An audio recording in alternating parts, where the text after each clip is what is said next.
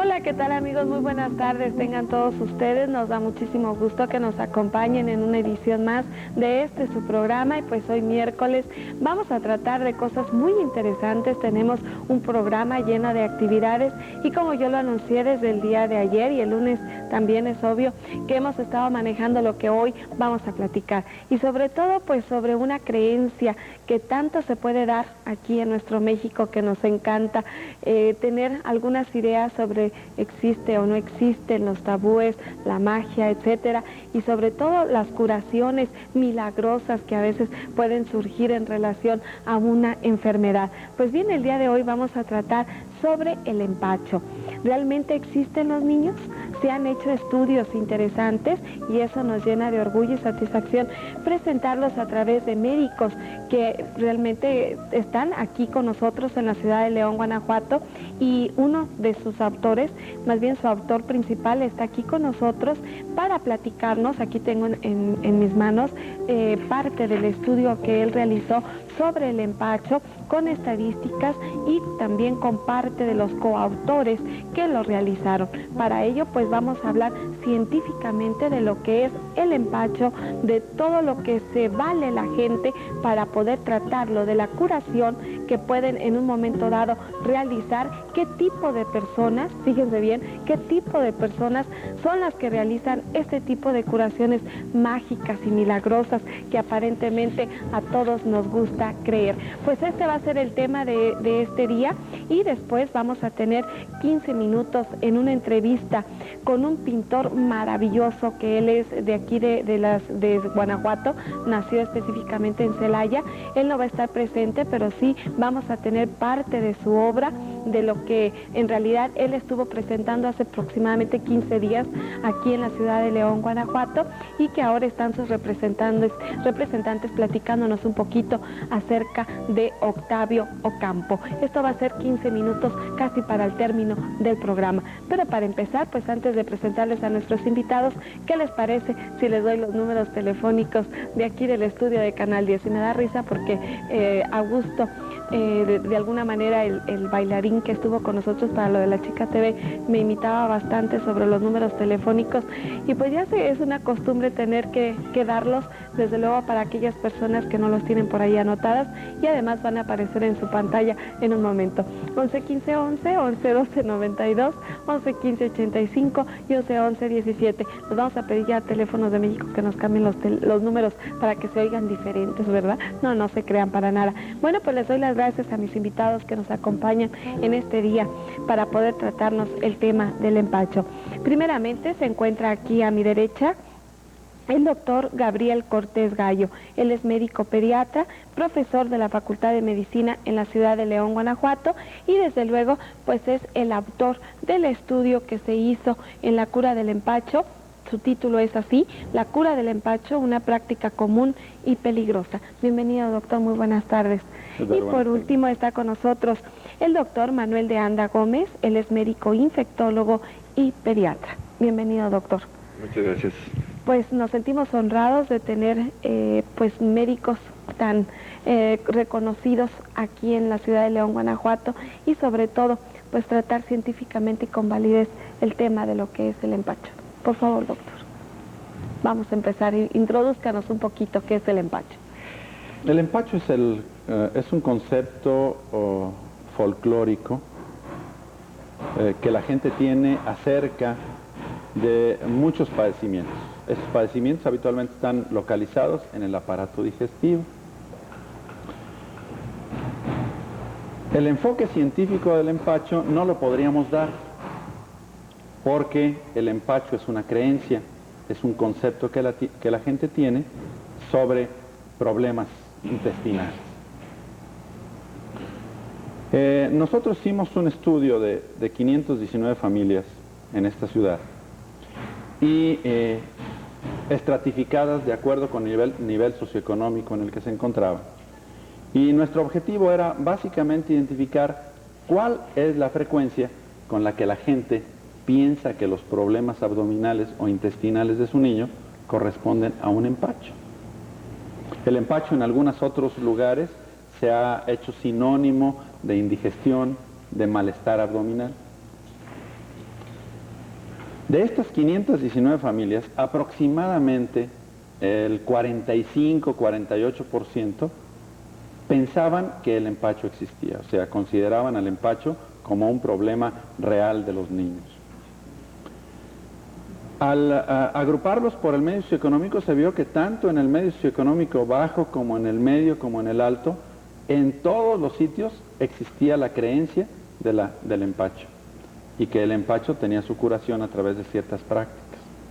Pero en realidad, si nosotros le damos un enfoque científico al empacho, tendremos que pensar que el empacho es un conjunto de trastornos que pueden ser de causa infecciosa o de causa funcional, de trastornos funcionales del intestino que nos van a dar ciertas molestias que pueden ser o bien dolor de estómago, o bien diarrea, vómito, distensión del abdomen, sofocado, que como dice comúnmente las personas. Entonces el empacho en realidad para la gente significa muchas cosas. Visto desde el punto de vista científico, significa trastornos infecciosos o funcionales del intestino. Ese sería un concepto general. Ahora, mucha gente me pregunta, bueno doctor, ¿y usted cree en el empacho? Mi contestación habitualmente es, bien, el empacho sí existe en el sentido de que los trastornos infecciosos o funcionales del intestino existen. El problema del empacho no es creer o no creer en su existencia. El problema del empacho es la manera como la gente busca la curación del mismo, que creo que ahí está el punto principal. Ahí está el problema, sí, ¿no? Ahora, vamos a desglosar un poquito lo que es el empacho desde el punto de vista, bueno, usted ya nos dijo de dónde viene, que es una creencia, etcétera. Pero a través de su estudio lo ha manejado en diferentes tópicos. Si quiere comenzar, por favor, en cuanto a lo que es la cura del empacho. La cura del empacho, sí. A mí en lo personal me ha tocado enfrentarme con problemas graves en los niños que vienen como resultado de la cura del empacho. Hace un par de años llegó una paciente al hospital que se quejaba de dificultad para respirar. Cuando la exploramos, la paciente tenía una pulmonía, y una pulmonía muy severa. Haciendo un análisis de cómo habían acontecido las circunstancias, porque había sido un padecimiento de inicio muy brusco, ocurría que a esta niña había tenido molestias abdominales, molestias intestinales previas al inicio de la dificultad para respirar. Haciendo historia con el papá de esta niña, resultaba con que le habían dado medio frasco de aceite de ricino para curarle el empacho. A lo mejor, si el aceite se le hubiese ido al intestino, es posible que esta paciente hubiese mejorado. Pero, como no se le fue al intestino, como se le fue al pulmón, esto le ocasionó una pulmonía muy grave y la niña falleció unos cuantos días, porque desafortunadamente para estas pulmonías graves ocasionadas porque se va el aceite a los pulmones, no tenemos ningún recurso de tratamiento. Es simple y sencillamente el cuerpo el que tiene que eliminar todas las partículas de aceite para que esto se resuelva. Y para que esto ocurra, si es poquito el aceite que se les fue a los pulmones, creo que no hay mucha dificultad. El problema es cuando es mucho el aceite que se les va a los pulmones, para lo cual la probabilidad de morir es muy alta. Bueno, esta es una de las muchas formas de curar el empacho. Me gustaría que nuestros amigos televidentes que nos están escuchando en este momento y nos ven, platiquen con los doctores y les digan, por ejemplo, si en alguna ocasión tuvieron ustedes, pues alguno de sus hijos o algún familiar con este tipo de problemas, ¿con quiénes los llevaron a curar? ¿Y qué tipo o qué método utilizaron para curarlos. Es importante para poder nosotros fortalecer más nuestra plática. Claro. Ahora bien, doctor, además del aceite de ricino, ¿qué otras tácticas se utilizan para el manejo del mismo?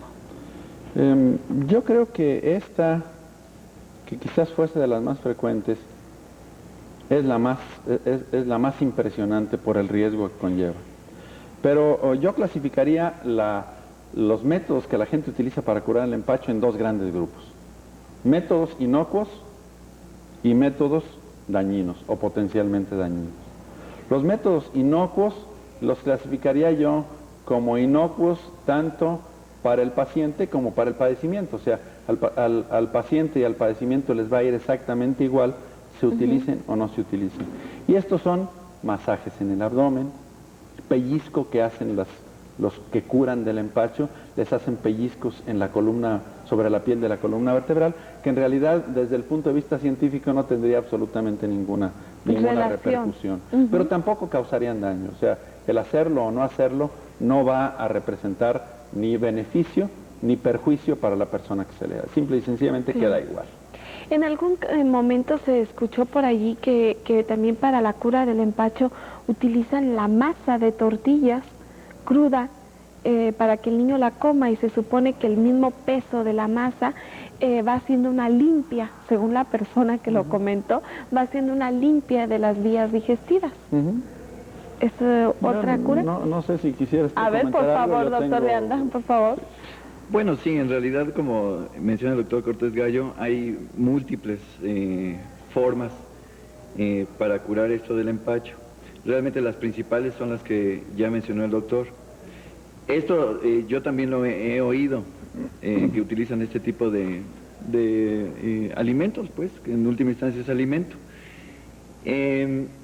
Hay una cosa interesante que sí quería comentar, y es el hecho de que en ocasiones, y esto lo vimos en su estudio, doctor, que hizo, se utilizan polvos de diferente contenido que pueden ser en determinado momento pues peligrosos, porque contienen muchos de ellos, como el azarcón o la creta, contienen plomo. Y como es bien sabido por la población en general, ahora creo que estamos más sensibilizados ante las intoxicaciones por plomo.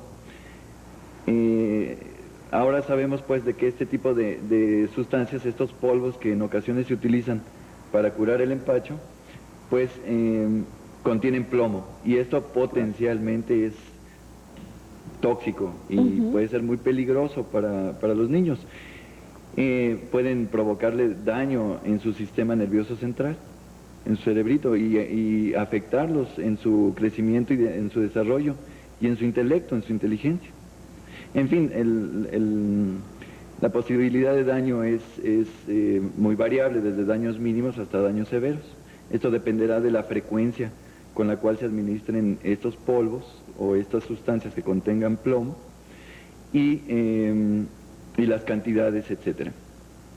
Entonces esto es importante considerarlo, de que realmente hay algunas sustancias, o sea, el segundo grupo al que se refería el doctor Cortés Gallo, de que pueden ser nocivos y peligrosos para la salud del bebé. Ya comentó, hizo un ejemplo, yo creo que muy objetivo y muy descriptivo de lo que es, de lo que puede culminar si se dan, por ejemplo, aceites, ¿no?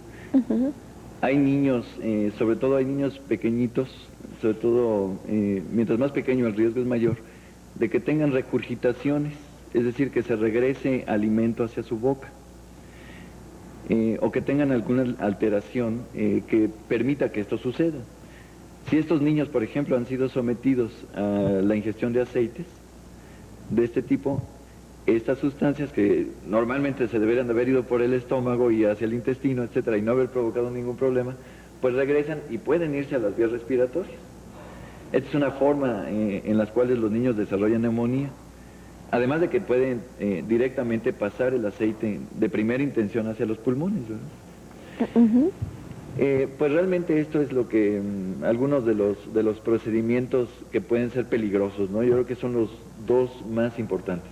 que Bien. es el de los aceites y los polvos. Ahora, una cuestión, doctor. ¿Qué pasa cuando una paciente tiene en sus brazos un niño con algún tipo de diarrea?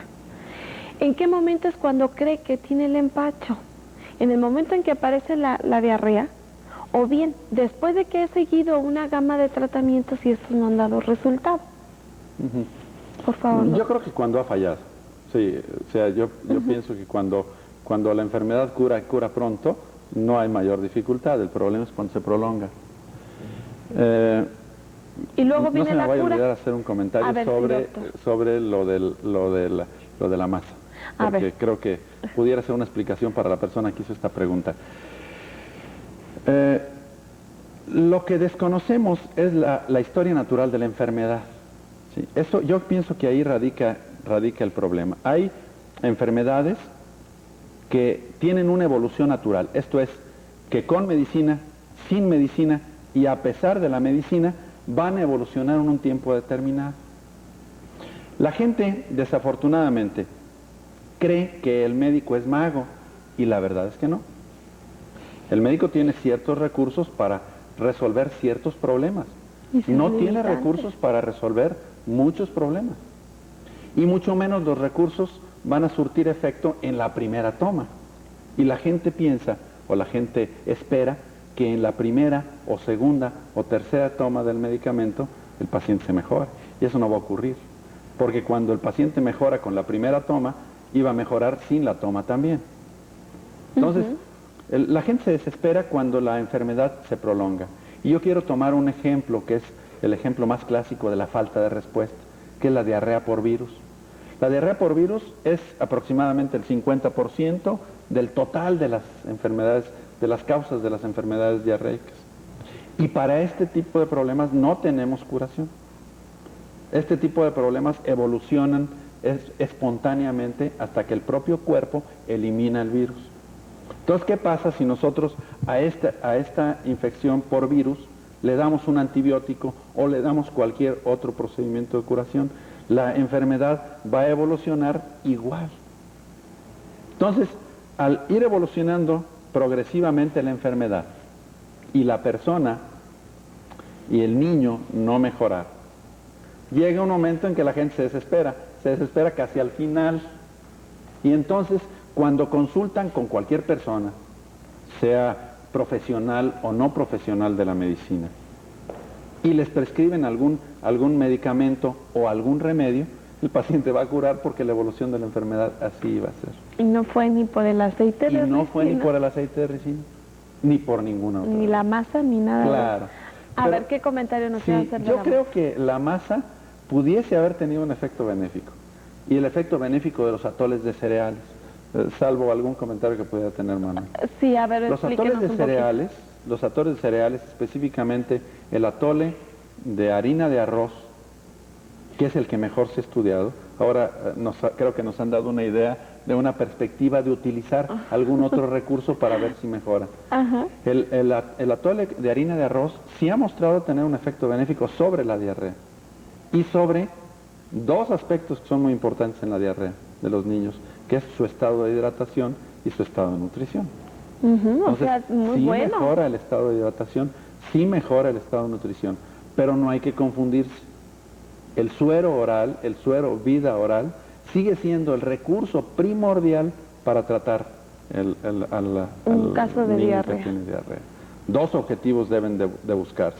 Primero, mantener su hidratación, evitar que se deshidrate o rehidratar al que ya lo está. Y segundo, mantener un buen estado de nutrición, porque bien nutrido el niño se va a defender mejor de la enfermedad y se va a curar más pronto, Claro. ¿verdad? Claro, Entonces, yo creo que hablar un poquito sobre este tipo de mitos, que como es el caso del empacho, es interesante hablar de las personas que efectúan su cura.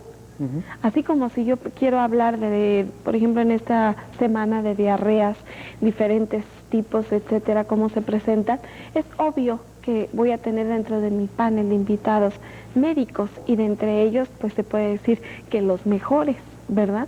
Pero hablar de empacho implica hablar de la personalidad de la gente que hace ese tipo de curaciones para poder detectar conociendo la persona que lo ejecuta, se puede también conocer cómo lo maneja.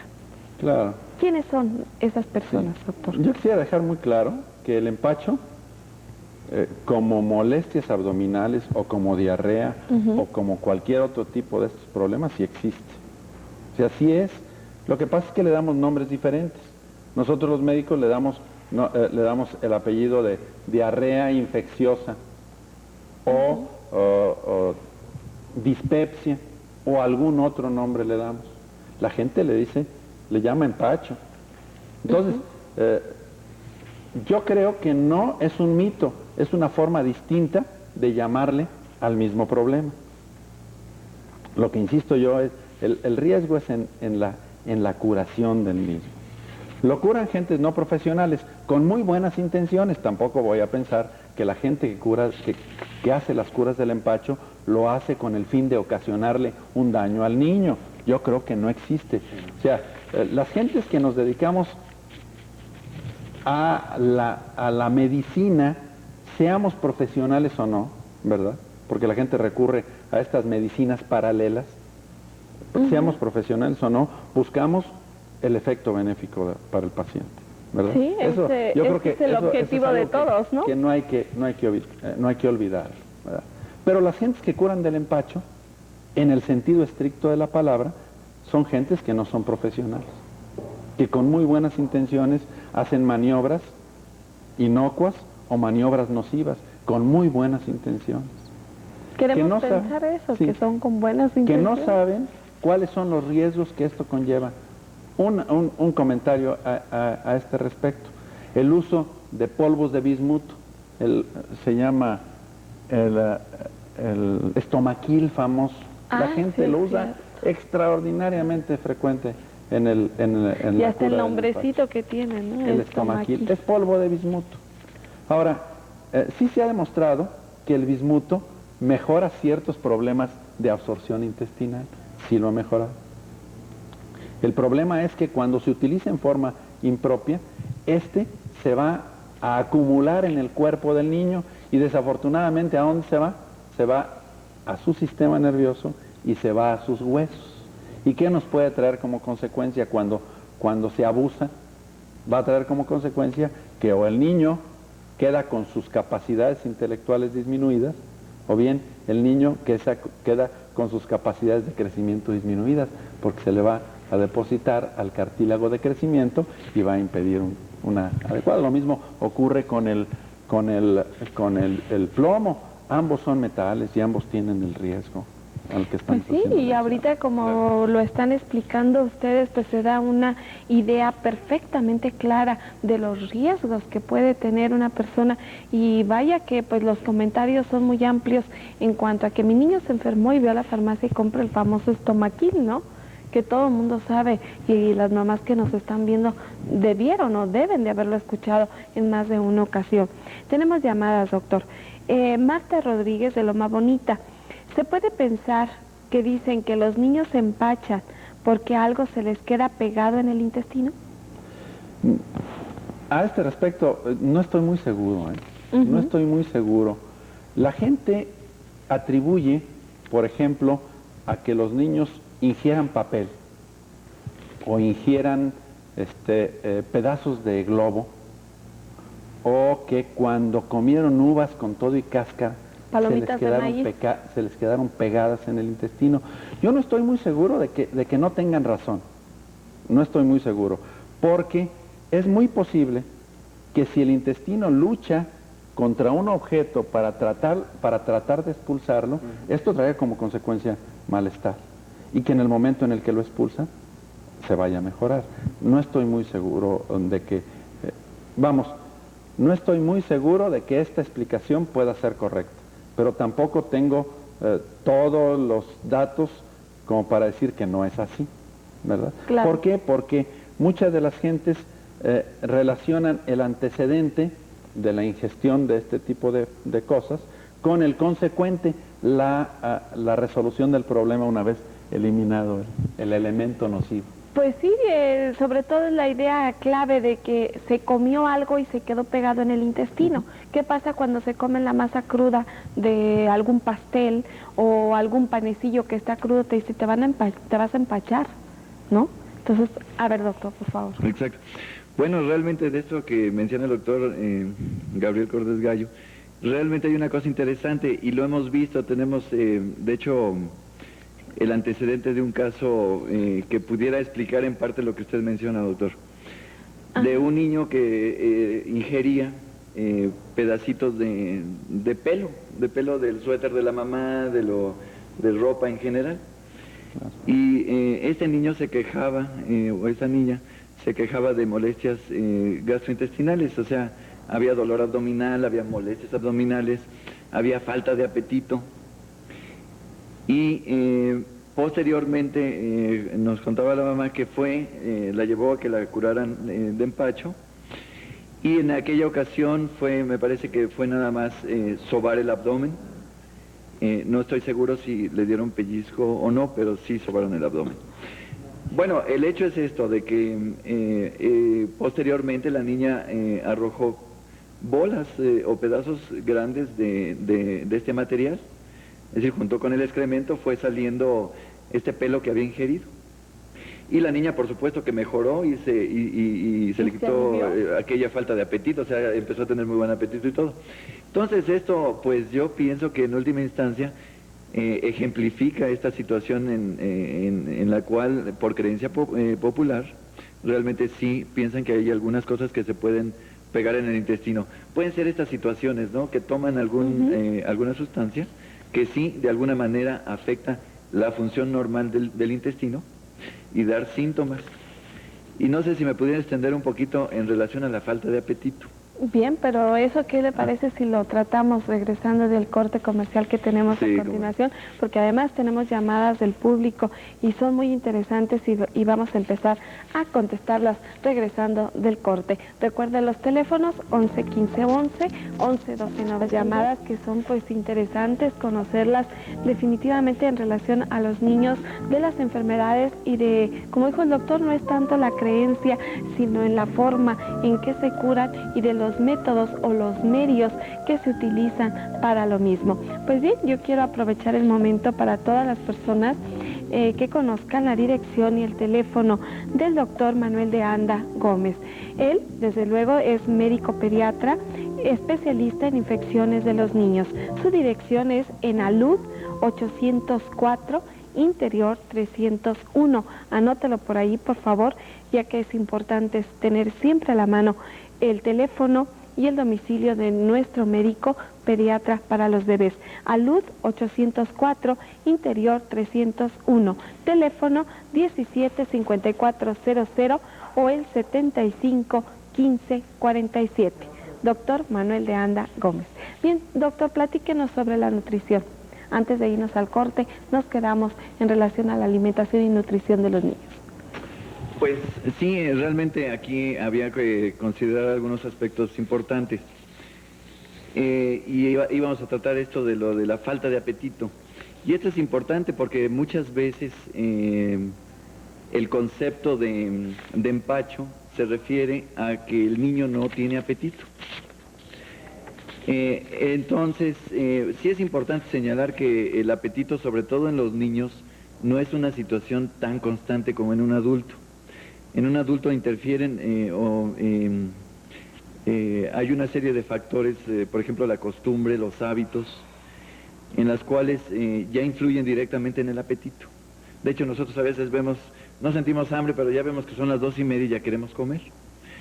Esto no sucede en el niño. El niño tiene sistemas diferentes, menos sujetos a la costumbre o al hábito, en los cuales el apetito surge directamente por necesidades reales de sustancias nutritivas. Era lo que comentábamos en relación al suero oral, ¿no? Bien. Si el niño lo necesita, lo toma, y si no lo necesita, no lo toma. Entonces, es importante señalar esto, que en ocasiones el niño puede no tener hambre, y esto puede ser normal, es decir, el hambre cambia mucho dependiendo de las necesidades del niño. Tenemos llamadas y entre ellas, bueno, pues de personas que tuvieron experiencias en relación a lo que es el empacho y nos platican un poquito de su problema. Laura Alba, y le mando un beso muy grande, ella a su bebé también, de Villas de Echeveste. Bueno, ella nos dice saludos para Martel y nos platica que su bebé se enfermó hace 2 semanas. Le hicieron un estudio de moco fecal y otro de amiba en fresco y no tenía nada, pero el niño seguía con mucha diarrea. El niño es intolerante a la lactosa y lo alimentó con leche de soya. Por consecuencia, no tenía ningún diagnóstico claro. Se le cambió el tratamiento médico 4 veces y después de 10 días, con lo único que mejoró fue curándolo de empacho. Lo curó mi abuela con aceite de oliva y azarcón y con el aceite le dio masaje en el estómago.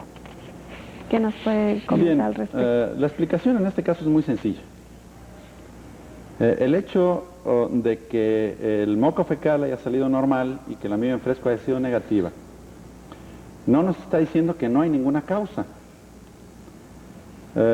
Me platicaba Manuel que hace unos días estuvieron comentando las posibles causas de la enfermedad diarreica. Yo les diré que más o menos en el 80% de los casos podemos establecer un diagnóstico de causa de la enfermedad. En el resto no llegamos a conocer cuál es la misma, porque no tenemos el recurso de laboratorio suficiente como para poder identificar la causa. De las que sí conocemos la causa, el 50% son virus. Los virus no nos van a causar ninguna alteración ni en el moco fecal, ni nos va a salir, por supuesto, la amiba en fresco positiva. Nos van a salir ciertas pruebas por virus, ciertas pruebas para virus nos pueden salir positivas, no necesariamente nos salen en las enfermedades virales. Insisto yo, creo que este comentario ya lo hicimos hace un momento, la historia natural de la enfermedad viral es hacia la curación en un lapso que va de 4 a 14 días, para poner un lapso más o menos Y amplio. la mayor parte de las personas no se esperan ese plazo. Claro. Actúan en el empacho un poquitito antes de que se empiece a curar. Sí, y yo creo que nosotros los médicos también a veces nos apresuramos para instituir tratamientos cuando no estamos plenamente seguros de cuál es la causa. Pero yo explico la conducta de uno de prescribir un medicamento en función de la expectativa de mejoría del paciente. O sea, en ese sentido es en el que vamos. La explicación aquí es muy clara. El paciente tenía una enfermedad diarreica probablemente causada por un virus que mejoró espontáneamente y que al final del episodio, pues la cura que aparece como la eficiente es la última. ¿Por qué? Pues porque ya llegó en la colita de la enfermedad. Ya días antes de la... Sí, ya de que se resolviera espontáneamente. Tenemos un caso parecido y yo creo que la respuesta sería la misma, a excepción de lo que ustedes comenten. Blanca García, de la colonia Chapalita: mi hijo amaneció con calentura de repente. Lo llevé al seguro y me dijeron que no tenía nada. Lo llevé con una doctora que me comentó que tenía infección intestinal, pero la medicina no le hizo efecto, hasta que el niño duró 4 días con calentura y se convulsionó. Después, mi abuela, las famosas abuelas, por eso hasta hay un libro por ahí que dice Los secretos de la abuela, dijo que era empacho y lo curó después, lo curó. Y después de que lo curó, se le quitó la calentura y mejoró bastante. Es la misma explicación que la anterior. Es la misma. Aquí valdría la pena hacer un pequeño comentario sobre las convulsiones. Cuando se trata de una convulsión febril simple, esto es, a una convulsión que le da al niño cuando le inicia la calentura o cuando tiene calentura, es una situación frecuente. Ocurre del 2 al 5% de todos los niños entre los 6 meses y los 6 años. O sea, 2 a 5% pueden tener convulsiones con fiebre. Estas convulsiones no causan ningún daño, son de breve duración. Yo les digo siempre a los papás, a nosotros nos parece breve lo que dura menos de 15 minutos. Y a los papás nos parece eterno lo que dura más de algunos segundos. Claro. Entonces la expectativa es distinta. Convulsiones que duran menos de 15 minutos de esta naturaleza no dañan para nada a los niños. Y sí podemos ocasionarles algún trastorno tratándolos de de transportar, cuando el niño se está sacudiendo, tratándolo de transportar de la casa al lugar. ¿Qué tenemos que hacer? Lo que tenemos que hacer en esas cosas es esperar a que la convulsión pase, y ya una vez que la convulsión pase, que no haya ningún riesgo del transporte del niño, llevarlo a que sea evaluado. Bien, tenemos más llamadas y vámonos un poquito rápido porque el tiempo pasa. Guadalupe Rodríguez, de la colonia Las Arboledas, nos dice que ella tiene una niña de 10 meses y frecuentemente sufre de diarrea. Desde que nació ha tenido el estómago sofocado y les pregunta a qué se debe esto y qué puede hacer. Bueno, sí, en realidad ya lo habíamos comentado, un niño, sobre todo durante su primer año de vida, puede tener muchos cuadros infecciosos sobre todo, ¿verdad? Habíamos dicho que entre 2 y 7 cuadros podía haber en un año. Entonces, en primer lugar, en estos casos, pues habría que determinar, tratar de ver exactamente, o sea, tener una historia clínica de la niña. Realmente, en este sentido, yo creo que sí vale la recomendación, sobre todo para que no se desesperen, que tengan su médico de confianza, que lo sigan y que no estén buscando de un lado para otro, que ya instalados con su médico tengan paciencia. Seguramente muchos de esos problemas se podrán diagnosticar, nada más hay que tener un poquito de paciencia. Esto es importante. Y por supuesto que tener los recursos iniciales que ya habíamos platicado, como es el Vida Suero Orales. Bien, Estela González, de Jardines de Oriente. Tengo una niña de 1 año y cada vez que le brota un diente le da diarrea. ¿A qué se debe esto y qué se puede hacer? Por favor, doctor. En mi opinión, a los dientes, al brote dentario le echamos más culpas de las que tiene. Yo creo que hay algunas molestias que sí pueden atribuirse al brote dentario, como pudiera ser comezón o cierto malestar en las encías, salivación o babeo abundante. Pero hay cosas que no les podemos atribuir directamente, como pudiera ser fiebre, como pudiera ser diarrea. Y digo directamente porque cuando tienen el brote dentario, los niños se llevan cuanto pueden a la boca con objeto de calmarse esa sensación de comezón o de malestar que tienen. Y pues lo primero que encuentran se lo llevan a la boca, esté como esté. Ellos no se percatan si el objeto está limpio o si el objeto está sucio. Y entonces a través de eso pueden adquirir una infección o pueden adquirir una diarrea. Por eso digo que no está directamente relacionada con la dentición, pero sí indirectamente relacionada con la... Entonces más bien hay que recomendarle a la mamá que tenga mucho cuidado y de que generalmente pues hay objetos o bien alimentos que sirven para poder calmar esa sensación de los niños. Tenemos otra llamada y la última por primera, pues no media hora, porque ya es más de media hora. Lupita Hernández, de la colonia Echeveste. ¿Cuáles son las infecciones que causan las diarreas crónicas? Por favor, doctor. La mayor parte de las diarreas crónicas son causadas por infección. Tal vez en esto Manuel pueda abundar un poco más. Hay prácticamente virus no causan diarrea crónica. Las diarreas crónicas son causadas o por bacterias o por parásitos. Hay un problema que nosotros le llamamos sobrecrecimiento bacteriano, en el cual en la primera parte del intestino hay muchas bacterias que estas están interfiriendo con el proceso normal de la digestión y que nos van a causar diarrea. Y por otro lado, los parásitos. Hay un parásito que es muy común, que es más común que la amiba, que es la Giardia lamblia, que vive en ese mismo sitio que les platico del intestino y que nos causa problemas de absorción intestinal inadecuada y por eso causar diarrea. Pues doctores, el tiempo se ha terminado. Nos quedan pues 15 minutos para hacer una entrevista en este caso a la obra de Octavio Campo, y no sin antes de darle las gracias, quiero una conclusión de su parte. Por favor, empezamos con usted, doctor. Bueno, mi conclusión sería, si piensan en el empacho y lo curan, cuídense mucho de las curas, porque las curas pueden ser peligrosas. Si les dan masaje en el abdomen, no hay problema. Se siente rico. Si les dan test, pienso que no hay problema. El problema radica cuando empezamos a suministrar aceites o empezamos a suministrar polvos de procedencia conocida o de composición conocida o desconocida, porque pueden ser muy dañinos. Así que cuidado con las curas del empacho. Bien, y yo le agradezco bastante el que haya estado aquí en el programa y haber aceptado su invitación, ya que pues yo sé que tenía por allí algunos planes de trabajo fuera de la ciudad y que de alguna manera pues el estar aquí presente para nosotros pues nos honra con su presencia. Encantado. Por favor, doctor Manuel de Anda. Pues realmente, sería realmente redundar un poco, pero yo creo que si esto permite que haya más información, yo creo que vale la pena mencionarlo, ¿no? Que hay muchas causas, que primero buscar las causas razonables sobre algunos de los síntomas. Pues que busquen realmente atención profesional calificada. Esto es importante porque estamos manejando niños y con ellos no hay que jugar, pues, o sea, tiene que ser la cosa muy bien planeada, muy bien hecha, por supuesto.